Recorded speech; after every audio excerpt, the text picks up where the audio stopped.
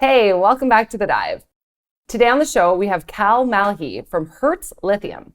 Kal's joining us today to discuss Chile announcing their plans to nationalize lithium, China's role in the lithium market, the recent price action in the lithium market, and he's also going to give us a high-level overview of Hertz Lithium and share some of the company's future plans and collaborations.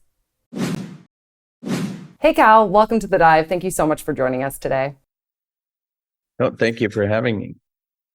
Okay, so Kal, Chile made headlines when they announced their plan to nationalize their lithium industry. What are your thoughts on this? We're involved in the lithium space, but we have no involvement with Latin America, being Chile or Argentina. I know there's some political instability and some issues come up from now and then. Our lithium projects are based in North America, Arizona, and we're looking elsewhere in North America. So we're not privy to what's exactly going on in Chile. So I can't really speak to that, but our projects are in sound, stable locations. Now, we've seen lithium's price increase over the last couple of years. Do you think that these prices are sustainable, and what factors do you think are driving the lithium price action right now?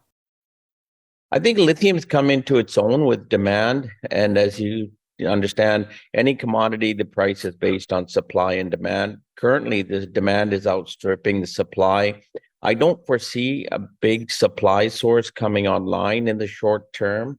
So I believe in the next 5 to 7 years, we're going to see a demand outpace supply, and we're bullish on that price based on that supply and demand equation.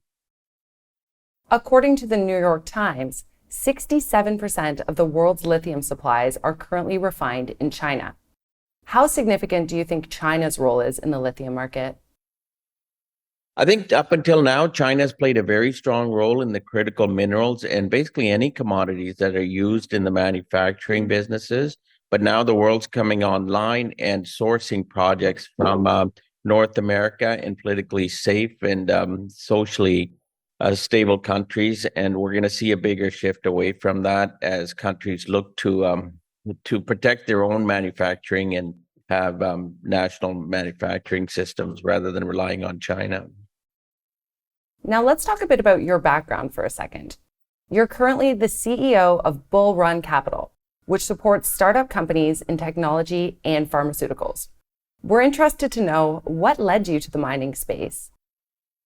Myself, I've always been an entrepreneur for a short while. I chose to get a real job when we were having children, and I joined the RCMP where I spent 12 years.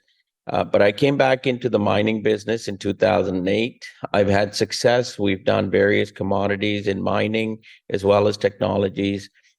And I've been fortunate to work with a lot of good people. And with Bull Run, we've developed Bull Run as a respected entity in the mineral as well as the junior stock market, capital markets. And we're able to leverage that into new deals. And Hertz is our lithium deal right now. So speaking of Hertz, could you give us the high-level overview of the company? Yes, Hertz was founded in early 2020 when lithium first started becoming into focus. And right now we've acquired a project in Arizona. It's called the Lucky Mica project. And it was discovered in 2017. And SGS did a report on it in 2017 demonstrating it was prospective for lithium. So we have the Lucky Mica project. We've also got a hard rock lithium extraction technology license with Penn State University to develop extraction technologies. Could you go a little bit more in depth about the historical work that's been done at your Lucky Mica property and maybe discuss what impact it may have on your strategy today? Yes, in 2017, Red Zone Resources did work on the Lucky Mica project, and which included some drilling work. Based on that, SGS did a resource calculation where they extrapolated that Lucky Mica had the potential to host an economic resource or a near economic resource. However, the lithium market kind of fell by the wayside in 2017, and Red Zone was unable to get financing.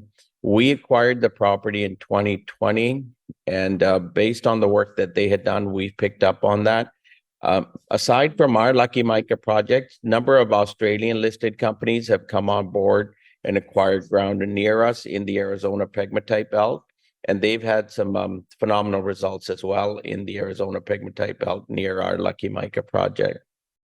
You mentioned earlier that you announced that you have exercised the option to obtain a worldwide license to use the patent rights from the Penn State Research Foundation. Can you walk us through the technology? How does it differ from what's currently being used today? Yes, hard rock lithium has come mainstream in the last 2 years, very much so, as large hard rock lithium deposits have been discovered. However, lithium extraction technologies have not been aggressively developed.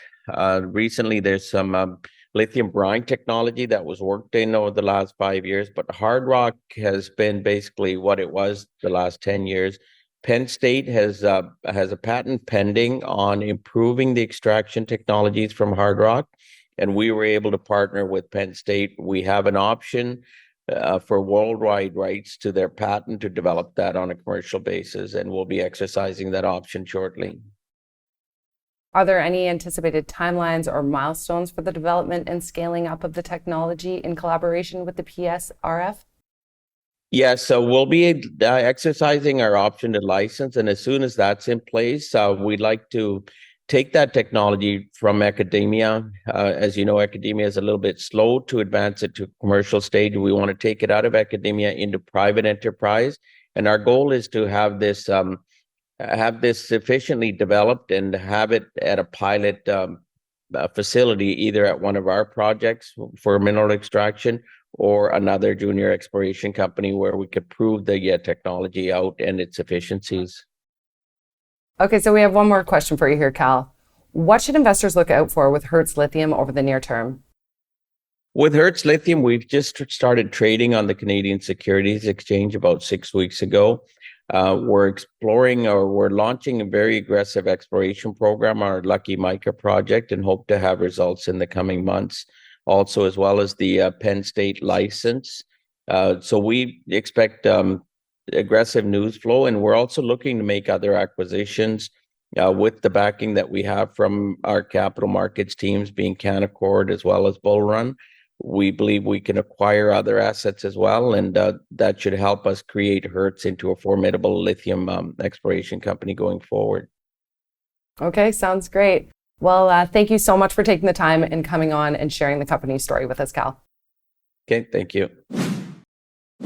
Thank you so much for watching today. If you like this video, we make a lot of content like this, so be sure to subscribe by hitting that subscribe button below me there. Bye.